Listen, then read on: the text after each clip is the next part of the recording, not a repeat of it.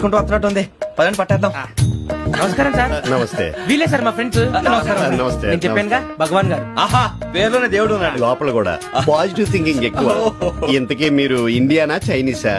India sir మా face చూస్తారు అనిపించలేదు మీకు? భలే కామెడీ ఫీల్ అలా ఉన్నాడు. అవును సార్. నేను అడిగేది ఇండియన్ రెస్టారెంటా చైనీస్ రెస్టారెంటా అని. నేనేది ఓపెన్ గా డిస్కస్ చేయను కదా. పేరు చూసి స్కూల్లో డిస్కషన్ పెడతాడు అనుకుంటే వీటేంట్రా హోటల్ అంటున్నాడు. బాబు ఎట్ ఫీల్ అవుతున్నాడు. అంతా మీ ఇష్టం ఉంటున్నాడు సార్. ఫస్ట్ చైనీస్ రెస్టారెంట్ కి వెళ్దాం. నెక్స్ట్ అక్కడ డిసైడ్ చేద్దాం.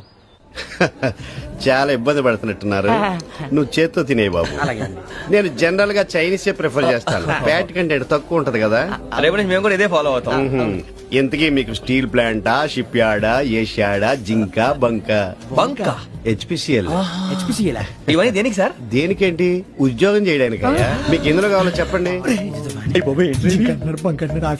నేను అమలపోతున్నారా ఏంటయ్యా డిస్కషన్స్?